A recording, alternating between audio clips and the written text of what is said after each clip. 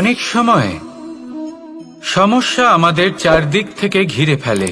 এই সমস্যা নানান ধরনের হতে পারে। আর্থিক সমস্যা হতে পারে, পারিবারিক সমস্যা হতে পারে, কোনো সম্পর্ক নিয়ে সমস্যা হতে পারে, কখনো কোনো দৈনিক সমস্যা হতে পারে, কখনো কোনো দ্বন্দ্ব হতে পারে, অনেক সমস্যা হতে পারে। কিন্তু যখনই কোনো সমস্যা আসে আমাদের মনে তার জন্য একটা উত্তর অবশ্যই থেকে থাকে, যা আমাদের অন্তরে রয়েছে। একে আমরা বলি আত্মা। আত্মা হলো পরমাত্মারই রূপ, আর পরমাত্মা তা কখনোই কিছু অনুচিত চাইবে না, তাই তো? এই আত্মা খুব ভালো করে জানে যে কোনটা উচিত আর কোনটা অনুচিত। যদি আসল বিষয়ের কথা বলি, তাহলে আপনাকে নিজের মনকে বুঝতে হবে, কারণ আত্মা তো পরমাত্মা থেকেই আসে।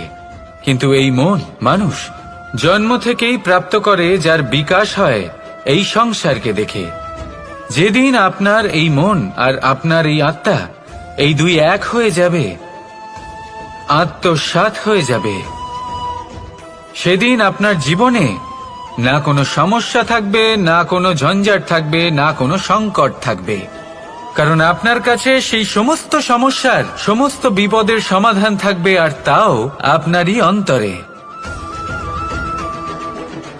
তাহলে আসুন আর আমার সাথে ভালোবেসে বলুন, রাধা রাধা। মানুষ অসুস্থ কেন হন? শারীরিক দুর্বলতার কারণে? না, মানুষ অসুস্থ হন তার মানসিকতার কারণে, তার বিবেকের কারণে, তার কর্মের কারণে, তার ক্রোধের কারণে। আর যখন কেউ সুস্থ হন, ঠিক হয়ে যান, তার মানে এটা নয় যে শুধু ওষুধের জন্য তিনি সুস্থ হয়েছেন। না, এটা কারোর তার প্রতি প্রেমের প্রভাব, বিশ্বাসের প্রভাব, সম্বলের প্রভাব। শুধুমাত্র ওষুধ দিয়ে কিছুই হয় না। যদি মনে প্রেম থাকে, বিবেক থাকে, বিশ্বাস থাকে, সম্বল থাকে, তবেই সেই ওষুধ কাজ করতে পারে। তাই মনে রাখবেন, এই জীবন হলো অত্যন্ত ছোট। মনে প্রেম ভাব রাখুন, মিত্রতা করুন, শত্রুতা নয়, ভালোবাসুন, বিদ্বেষ নয়। আর এই ভালোবাসার সাথেই বলুন, রাধা রাধা। মানুষ নিজের জীবনে ঈশ্বরকে খুব মান্য করে, ওনার জন্য কি না করে। ভিন্ন ভিন্ন নামে তাকে স্মরণ করে, তাকে পুজো করে, তার আরাধনা করে। সে জানে যে ঈশ্বর তাকে শক্তি অবশ্যই দেবেন, তাকে সাহায্য অবশ্যই করবেন। কিন্তু যখন প্রশ্ন আসে গুরু এবং ঈশ্বরের, তখন গুরুর মান কখনো কম হওয়া উচিত নয়। কারণ সত্যি বলতে কি, গুরুই হলেন সেই সিঁড়ি যা বেয়ে আপনি ঈশ্বরের কাছে পৌঁছানোর পথ খুঁজে পাবেন। সেই পথ আপনি গুরুর থেকেই পাবেন। গুরু না থাকলে আপনি কখনো ঈশ্বর লাভ করতেই পারবেন না। আর জীবনে অনেক সময় লক্ষ্যের থেকেও অনেক বেশি গুরুত্বপূর্ণ হলো পথ। তাই এই পথের সম্মান করতে শিখুন, অর্থাৎ গুরুকে সম্মান করতে শিখুন, কারণ গুরুই হলেন পরমেশ্বর। তাহলে আসুন আর আমার সাথে ভালোবেসে বলুন, রাধা রাধা। অহংকার অত্যন্ত বলশালী হয়। এই অহংকার মানুষকে কখনো নত হতে দেয় না। অদ্ভুত ব্যাপার, এই অহংকার যা মানুষকে কখনো নত হতে দেয় না, সেটাই তার পতনের কারণও হয়ে দাঁড়ায়। যেখানে মানুষ এটা ভাবতে শুরু করে যে শুধুমাত্র সেই যোগ্য, সেখান থেকেই তার পতনের আরম্ভ, ঠিক কিনা? দেখুন, যদি কোনো মানুষ এটা ভাবে যে আমি এই সব কিছু করতে পারি, তাহলে তা হলো বিশ্বাস। কিন্তু যদি সে এটা ভাবতে থাকে যে শুধুমাত্র আমি এই কাজ করতে পারি, তাহলে তা হলো সেই ব্যক্তির অহংকার। আর এটা আপনাকে বিনাশের দিকে অবশ্যই নিয়ে যাবে। মনে রাখবেন, যখন আমি আর শুধুমাত্র এই দুই এক হয়ে যায়, সেখান থেকে আপনার পতনের সূত্রপাত হবেই। তাই আপনি কখনোই এই অহংকারের চক্রব্যূহে ফেঁসে যাবেন না। বিশ্বাস রাখুন নিজের ওপর এবং অন্যের ওপরও। আর মনে রাখবেন, বিশ্বাসের মধ্যে বিশ্বের প্রত্যেকটা বস্তু বসবাস করে। তাই এই অহংকারকে ত্যাগ করে ফেলুন আর আত্মবিশ্বাসের ওপর মনোসংযোগ করুন আর আমার সাথে ভালোবেসে বলুন, রাধা রাধা। জীবনে এমন কিছু কাজ রয়েছে যা আপনাকে একাই করতে হয়, আর এমন কিছু কাজ রয়েছে যা আপনাকে একসাথে মিলে করতে হয়, একজোট হয়ে, সঙ্গবদ্ধ হয়ে। এবার সঙ্গবদ্ধ বলতে কি বোঝাতে চাইছি? আমি তাদের কথা বলছি না যারা বাস্তবিকভাবে একে অপরের সাথে কাজ করেন। আমি তাদের কথা বলছি যারা একে অপরের থেকে দূরে থেকেও একে অপরকে বিশ্বাস করেন। আমি আগেও বলেছিলাম, সমস্ত বিশ্বের আশা বিশ্বাসেই বসবাস করে, তাই না? তাই যেখানে সমস্ত বিশ্ব আছে, সমস্ত সংসার আছে, সেইখানেই বিশ্বাস রয়েছে। তাই আপনার আশেপাশে এমন দল সঙ্গবদ্ধ করুন যাদের আপনার উপর বিশ্বাস আছে আর যাদেরকে আপনি বিশ্বাস করতে পারেন। তাহলে আসুন আর আমার সাথে ভালোবেসে বলুন, রাধা রাধা। মানুষ এক অত্যন্ত বিচিত্র প্রাণী। পরিকল্পনা করে, ষড়যন্ত্র করে, প্রচেষ্টা করে, কাউকে পরাজিত করার চেষ্টাও করে।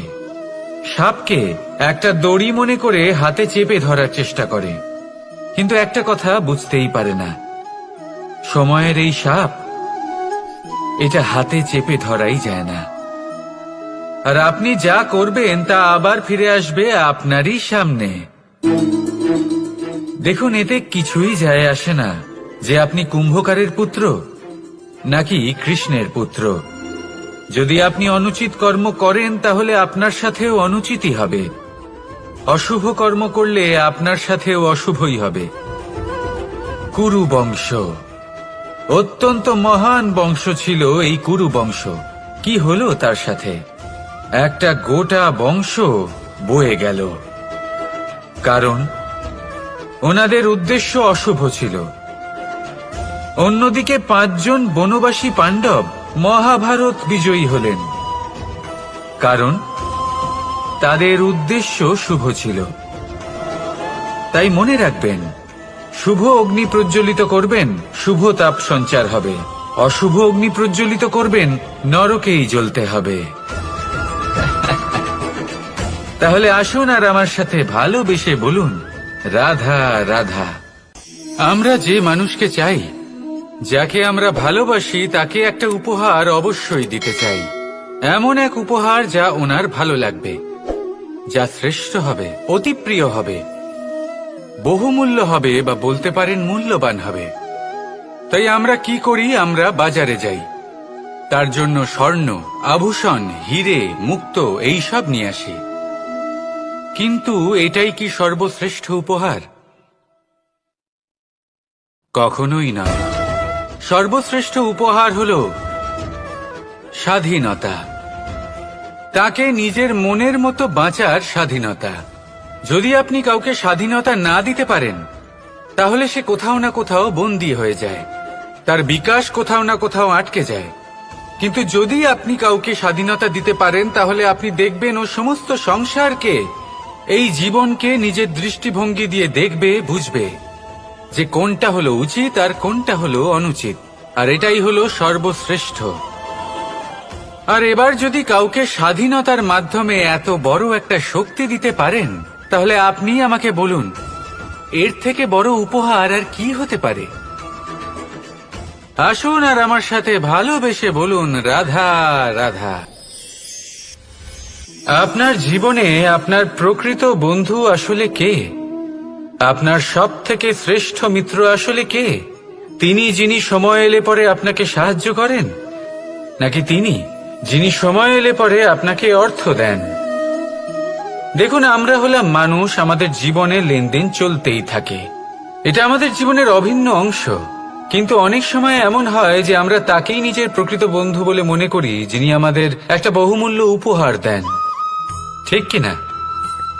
এবার আপনার জীবনে সেই বহুমূল্য উপহার কোনটা, ওই অমূল্য মিত্র আসলে কে, সেই সিদ্ধান্ত হলো আপনার। কিন্তু যদি আপনি আমাকে জিজ্ঞেস করেন, তাহলে আমার মতে স্বর্ণ, হিরে, মুক্ত, ধন এগুলো বহুমূল্য নয়। বহুমূল্য হলো সঙ্গ, যখন আপনি একা হয়ে যাবেন, সময়, যখন আপনার তাকে প্রয়োজন হবে, সমর্পণ। যখন আপনার বিশ্বাসের প্রয়োজন পড়বে, যে মানুষ আপনার প্রতি এই 3 গুণ প্রদর্শন করেন, যিনি আপনার কঠিন সময়ে আপনাকে অবশ্যই সঙ্গ দেবেন, যখন আপনার প্রয়োজন পড়বে আপনাকে অবশ্যই সময় দেবেন, আপনার প্রতি সম্পূর্ণ সমর্পিত থাকবেন, সেই হলো আপনার আসল মিত্র, সেই হলো আপনার প্রকৃত বন্ধু। কারণ সত্যি বললে, বন্ধুত্বের অর্থই হলো নিজেকে সম্পূর্ণরূপে কারোর কাছে সমর্পণ করে দেওয়া। তাই আপনার সেই বন্ধুর জন্য নিজের প্রাণ উজাড় করে দিন, আর ভালোবেসে বলুন, রাধা রাধা। শক্তি এক অত্যন্ত বিচিত্র বস্তু, বা বলতে পারেন অনুভূতি। পিতা সবসময় চান যেন তিনি তার শক্তি পুত্রকে সঁপে দিতে পারেন, যাতে সে শক্তিশালী হয়, যাতে তার মঙ্গল হয়। তার পুত্র সবসময় চায় যাতে সে পিতার সেই শক্তি লাভ করে, কিন্তু সেই শক্তি লাভ করার জন্য পুত্র হওয়া যথেষ্ট নয়, যোগ্য পাত্র হতে হয়। আসুন আপনাকে সহজে বোঝাই। যদি আপনি সুপাত্র হন আর আপনাকে শক্তি দেওয়া হয়, তাহলে আপনি সেই শক্তির গুরুত্ব বুঝবেন, কোথায় সেই শক্তি প্রয়োগ করা উচিত সেটা বুঝবেন। আর এটা যেহেতু অর্জন করা শক্তি হবে, সেই শক্তির অপব্যবহার হবে না। কিন্তু যদি এই আপনি কুপাত্র হন আর যদি আপনাকে এই শক্তি দেওয়া হয়, তাহলে কি হবে? দেখতে গেলে এই শক্তি আপনি দান হিসেবে পেয়েছেন, তাই না আপনি এই শক্তির গুরুত্ব বুঝবেন, আর না এর প্রয়োগ আপনি জানবেন। তার অপব্যবহার হওয়া সুনিশ্চিত। তাই যদি আপনি কোনো শক্তি অর্জন করতে চান, তাহলে আগে তার যোগ্য হয়ে উঠুন, পুত্র নয় পাত্র হয়ে উঠুন। আর আমার সাথে ভালোবেসে বলুন, রাধা রাধা। শক্তি শক্তি অর্জন করা এতটা কঠিন নয় যতটা শক্তি লাভ করার পরে সেই শক্তি সামলানো কঠিন হয়। কারণ যেই মানুষ শক্তি লাভ করে তার মনে গর্ববোধ জন্মায়, জন্মায় অহংকার, জন্মায় জেদ। তাই শক্তি প্রাপ্ত করার সাথে বিনম্র থাকাও অত্যন্ত আবশ্যক। আর এটা আমাদের শেখা উচিত বৃক্ষের থেকে। বৃক্ষ যা আমাদের ফল দেয়, বৃক্ষ যা যত ফল দেয় ততটাই ঝুঁকে যায়। আমরা পাথর মারি ওই বৃক্ষের থেকে ফল প্রাপ্ত করার জন্য। সেই পাথরের মার সহ্য করেও বৃক্ষ আমাদের ফল দেয়। কোনো গর্ববোধ নেই, কোনো অহংকার বোধ নেই। আর সেই জন্য এই বৃক্ষের পুজো করা হয়। এটাই হলো মাহাত্ম্য শক্তির সাথে বিনম্রতার। যদি এই শক্তি সৃজন করে থাকে, সাহায্য করে থাকে, সম্বল হয়ে থাকে, তবেই সেই শক্তি উপযুক্ত। আর নয়তো সেই শক্তি একদিন আপনাকে আসক্ত অবশ্যই করবে।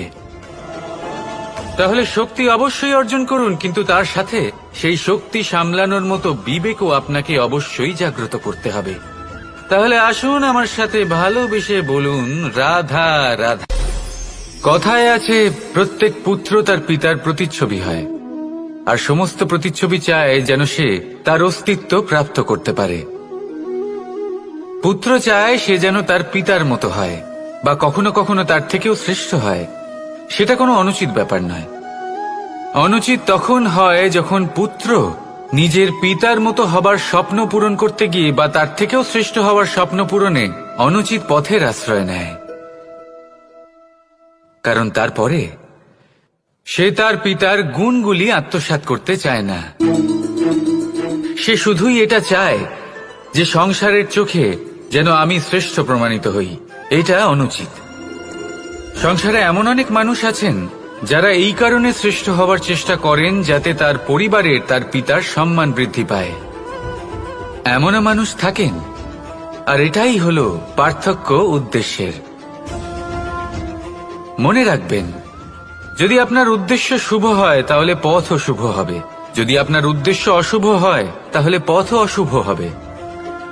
তাহলে নিজের পিতার মতো হবার চেষ্টা অবশ্যই করুন, তার থেকেও শ্রেষ্ঠ হওয়ার চেষ্টা অবশ্যই করুন, কিন্তু মনে রাখবেন আপনার সংকল্প আর আপনার উদ্দেশ্য এই দুই শুভ হওয়া উচিত। তাহলে আসুন আর আমার সাথে ভালোবেসে বলুন, রাধা রাধা। পিতা আর পুত্রের সম্পর্ক অত্যন্ত মধুর হয়ে থাকে। পিতা স্বপ্ন দেখেন, তাকে পূর্ণ করার সকল সম্ভাব্য চেষ্টা করেন, কিন্তু তাও অনেক সময় ওনার স্বপ্ন অপূর্ণ থেকে যায়। তখন পিতা ভাবেন যে স্বপ্ন উনি পূর্ণ করতে পারেননি, ওনার সন্তান তা অবশ্যই পূরণ করবে। যে স্থানে উনি কখনো পৌঁছতে পারেননি, সেই স্থানে ওনার পুত্র অবশ্যই পৌঁছবে।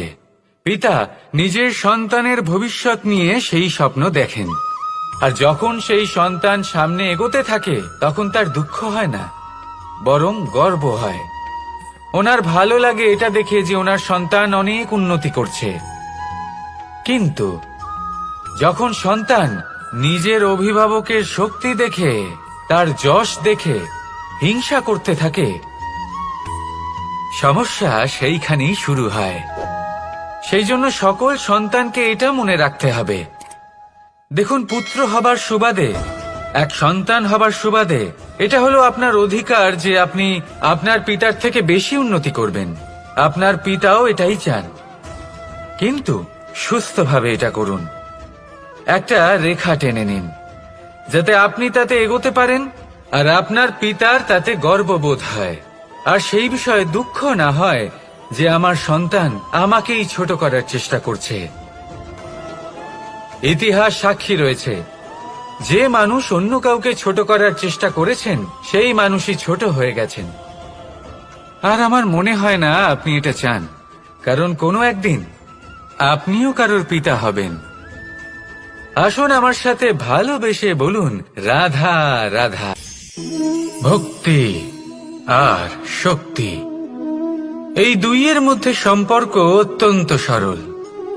মানুষ ভক্তি করেন যাতে তিনি শক্তি লাভ করতে পারেন, আর শক্তি লাভ করার পরে ভক্তি ভাব ভুলে যান, আর শক্তির প্রতি আসক্তিতে মত্ত হয়ে যান, আর সেখান থেকেই তার বিনাশ শুরু হয়। কেন? কারণ ভক্তির দ্বারা প্রাপ্ত শক্তি অন্য কারোর হিতের জন্য ব্যবহার করতে হয়, অন্য কারোর মঙ্গল করার জন্য ব্যবহার করতে হয়, কারোর বিনাশের জন্য নয়। এবার যদি আমি আপনাদের একটা উদাহরণ দিয়ে বোঝাই, তাহলে কোদাল দিয়ে আমরা মাটি কোপাতে পারি, একটা গর্ত খুঁড়তে পারি যাতে একটা নতুন বৃক্ষ জন্ম নিতে পারে, একটা বৃক্ষ যা অন্য জীবকে ফল প্রদান করবে, যাত্রীদের ছায়া প্রদান করবে। কিন্তু এই কোদালের ব্যবহার যদি আমরা অন্য কারোর ক্ষতি করার জন্য করি, তাহলে ক্ষতি শুধুমাত্র আমাদেরই হবে। তাই জীবনে যদি আপনি কোনো শক্তি লাভ করেন, হয়তো ভক্তির দ্বারা বা অন্য যেখান থেকেই হোক, তার সদ্ব্যবহার করতে শিখুন, নয়তো এই প্রাপ্ত শক্তি আপনার পতনের কারণ হয়ে দাঁড়াবে। তাহলে আসুন আমার সাথে ভালোবেসে বলুন, রাধা রাধা। কর্ম, ধর্ম আর কর্তব্য, এই তিনটি একে অপরের সাথে জড়িত, আর অনেক সময় এই তিনটি পালন করতে করতে আমাদের সেই ব্যক্তির সামনে গিয়ে দাঁড়াতে হয়, তার বিরুদ্ধেই যেতে হয় যাকে আমরা সব থেকে বেশি ভালোবাসি। কিন্তু সেইখানে এই যুদ্ধ কোনো ব্যক্তিগত যুদ্ধ থাকে না, এ হলো কর্ম, ধর্ম আর কর্তব্যের যুদ্ধ। এটা সরল নয়, অত্যন্ত কঠিন হয় তার সম্মুখীন হওয়া যাকে আমরা সব থেকে বেশি সম্মান করি। কিন্তু আমাদের তো আমাদের ধর্মের পথে চলতেই হবে, কারণ আমরা কর্মবদ্ধ, কর্তব্যবদ্ধ, আর এটাই করা উচিত। শুধু এটুকু মনে রাখবেন, যদি আপনার উদ্দেশ্য শুভ হয়, আপনার ভাবনা শুভ হয়, আপনি যদি কর্ম, ধর্ম আর কর্তব্যের পথে অগ্রসর হন, তাহলে এই প্রক্রিয়াতে যদি আপনাকে আপনার আরাধ্যেরও সামনে দাঁড়াতে হয়, তাহলেও আপনার কোনো ক্ষতি হবে না। তাহলে আসুন আর আমার সাথে ভালোবেসে বলুন, রাধা রাধা। সাথী, সাথী এই শব্দটির ব্যাখ্যা কে কিভাবে করে? মিত্র, সখা, বন্ধু, কিন্তু অর্থ একটাই, তিনি যিনি আপনার সঙ্গী হন আর তিনি যার সাথী আপনি হন। এবার সব থেকে বড় প্রশ্ন হলো এটাই যে তিনি কে হতে পারেন যাকে আপনি আপনার সাথী বলে মেনে নিতে পারেন, নিজের সখা, নিজের মিত্র, নিজের বন্ধু মেনে নিতে পারেন। আপনার সাথী হলেন তিনি যিনি দুঃখের সময় আপনার পাশে থাকবেন, আপনার হাত ধরে থাকবেন। আপনার সাথী হলেন তিনি যার হাত আপনি নিজের সুখের দিনে ধরে থাকবেন। সেই সাথীরই হাত ধরুন যিনি দুঃখে সবসময় আপনাকে সাহায্য করার জন্য তৎপর হয়ে থাকেন, আপনার পাশে থাকেন, আর যাকে সুখের দিনে আপনি আপনার সাথে রাখতে পারেন। আর যখন আপনার সাথে আপনার এই সাথী থাকবে তখন আপনি এটা বুঝবেন যে যখন জীবনে দুঃখ আসে তখন এই দুঃখ কমে যায়, সবার মধ্যে ভাগ হয়ে যায়। আর যদি তখন সুখ আসে তাহলে সেটা সবার উপস্থিতিতে আরো বেড়ে যায়। এটাই হলো প্রেম, এটাই হলো ভালোবাসা, এটাই হলো সঙ্গ। যেমন সম্পর্ক আমার আর রাধার মাঝে। তাহলে আসুন আর আমার সাথে ভালোবেসে বলুন, রাধা রাধা। মানুষ জীবনে তিনটে কাজ অবশ্যই করে থাকে, কিছু দান করে, কিছু গ্রহণ করে, আর কিছু ত্যাগ করে দেয়। এটাও ভাবতে থাকে যে এটা করলে কিভাবে করবে। দেবার জন্য পর্যাপ্ত ধন নেই, নেবার জন্য সংসারে অত স্নেহ নেই, আর ত্যাগ করার জন্য জীবনে এত সুখই নেই, তাহলে কিভাবে করবে? আসলে আমরা বস্তুগত চাহিদা অর্জনে এত ব্যস্ত হয়ে পড়ি যে আমরা বুঝতেই পারি না যে কি নেবার আছে, কি দেবার আছে, আর কি ত্যাগ করার আছে। তাহলে আজ আমি আপনাকে বলেই দিই, মনে রাখবেন এই তিনটে গুরুত্বপূর্ণ গুণ, তিনটে গুরুত্বপূর্ণ কথা। দেবার জন্য আছে দান, নেবার মতো আছে জ্ঞান, আর ত্যাগ করার মতো আছে অহংকার। যখন আপনি দান করতে শিখে যাবেন, জ্ঞান অর্জন করার শক্তি আপনা থেকেই আপনার মধ্যে চলে আসবে। আর যখন এই জ্ঞান আপনার মধ্যে প্রবেশ করবে, অহংকার আপনা থেকেই আপনার থেকে দূরে চলে যাবে। যে ব্যক্তি এই তিনের মধ্যে ভারসাম্য বজায় রাখতে পারে তার বর্তমান, ভূত, ভবিষ্যৎ, লোক, পরলোক সবকিছু শুধরে যায়। যেই দিন আপনি দান করতে শিখে যাবেন, জ্ঞান আহরণ করতে শিখে যাবেন, অভিমান ত্যাগ করতে শিখে যাবেন, আপনার সর্বশক্তিশালী, সর্বশক্তিমান পরমেশ্বরেরও প্রয়োজন পড়বে না। কারণ তখন ঈশ্বর আপনার মধ্যেই বাস করবেন। তাহলে আসুন আর আমার সাথে ভালোবেসে বলুন, রাধা রাধা। প্রেম এই সংসারে এসেছিল এই সংসারকে প্রেমের শিক্ষা দেওয়ার জন্য, এই জীবনের সুখের অনুভূতি আসলে কি তা শেখানোর জন্য। কিন্তু যদি সত্যি কথা বলি তো আমি নিজেই প্রতিদিন প্রেমের নতুন নতুন স্বরূপ দেখতে পাই, প্রেমের একটা নতুন অনুভূতি প্রত্যেক নতুন দিনে। আর তার কারণ হলো এই প্রেম অনন্ত, এ হলো দৈব। প্রেম হলো এই সংসারের সব থেকে বড় ঢাল এবং সব থেকে বড় অস্ত্র। এই প্রেম ছাড়া না কোনো ন্যায় হয় আর না কোনো শাস্ত্র, না জীবন আছে আর না অন্ত। এবার যদি এই প্রেম মনের মধ্যে বাস করতে শুরু করে তাহলে কখনো কোনো সমস্যাই হবে না, আর যদি হয়েও থাকে তাহলে তা স্থায়ী হবে না। এই প্রেম কি না করতে পারে? এই প্রেম সমস্ত সমস্যা মিটিয়ে ফেলতে পারে, আপনার মনের মধ্যে অহংকারকেও বিনাশ করে দিতে পারে, আপনাকে সাক্ষাৎ ঈশ্বরের সাথে দেখা করাতে পারে। তাই প্রেমের দ্বারা প্রয়াস করতে থাকুন, এই সংসারের প্রত্যেক মানুষকে, প্রত্যেক বস্তুকে, প্রত্যেক জীব জন্তুকে ভালোবাসবেন। আর এই প্রেমের দ্বারাই বলুন, রাধা রাধা। বরদান অত্যন্ত বিচিত্র এক বিষয়, কিন্তু দেখতে গেলে এই বরদান কি না করতে পারে। এক দরিদ্রকে রাজা বানিয়ে দিতে পারে, একজন দুর্বলকে এই সংসারের সব থেকে শক্তিশালী ব্যক্তি বানিয়ে দিতে পারে। কিন্তু আমরা ভুলে যাই এক অত্যন্ত গুরুত্বপূর্ণ কথা, বরদান এই শব্দের শেষে দান লুকিয়ে রয়েছে। এই দান কথাটা অত্যন্ত গুরুত্বপূর্ণ।